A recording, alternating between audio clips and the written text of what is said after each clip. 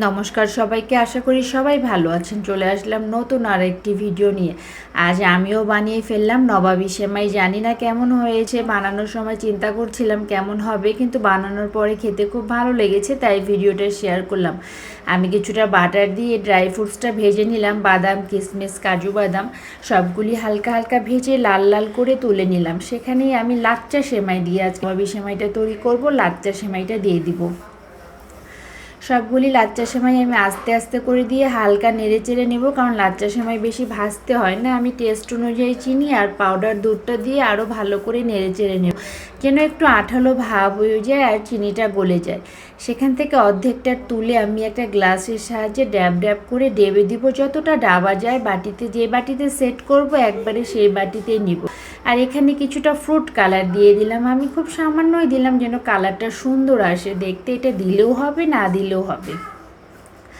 আমি আর আলাদা করে পাত্র নেই নাই, আমার ঘর গরুর দুধ খুব ভালো দুধ, এই জন্য এখানে আমি বেশি কিছু আর দিব না। দুধটা ঘন করে জাল করে নিলাম, অল্প দুধ সরিয়ে রেখেছিলাম। এখানে পাউডার দুধ, কাস্টার্ড পাউডার সব কিছু দিয়ে আমি ভালো করে মিলিয়ে নেব।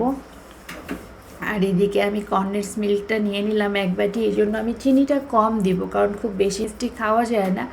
দুধটা ঘন হয়ে এসেছে, আমি সে পর্যায়ে এক হাতে এটা কনডেন্স মিল্ক দেওয়ার পরে কাস্টার্ড পাউডার, ভ্যানিলা এসেগুলো গুলিয়ে রেখেছিলাম, এগুলো দেবো আর নাড়বো, তাছাড়া নিচে দলা পেকে যাবে। দুধটা খুব ঘন হয়ে এসেছে, খুব সুন্দর একটা গন্ধ বেরোচ্ছে, ক্ষীর ক্ষীর ভাব হয়ে এসে সে পর্যায়ে আমি নামিয়ে একটু ঠান্ডা করে নিলাম, খুব গরমটাই দেই নাই।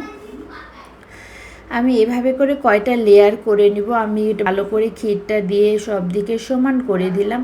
দেওয়ার পরে আমি উপর দিয়ে আরেকটা লেয়ার দিব। এদিকে ফ্রুট কালারটা যে দিয়েছিলাম সেটা দিলাম, আমি আবার একটা লেয়ার করে দিব।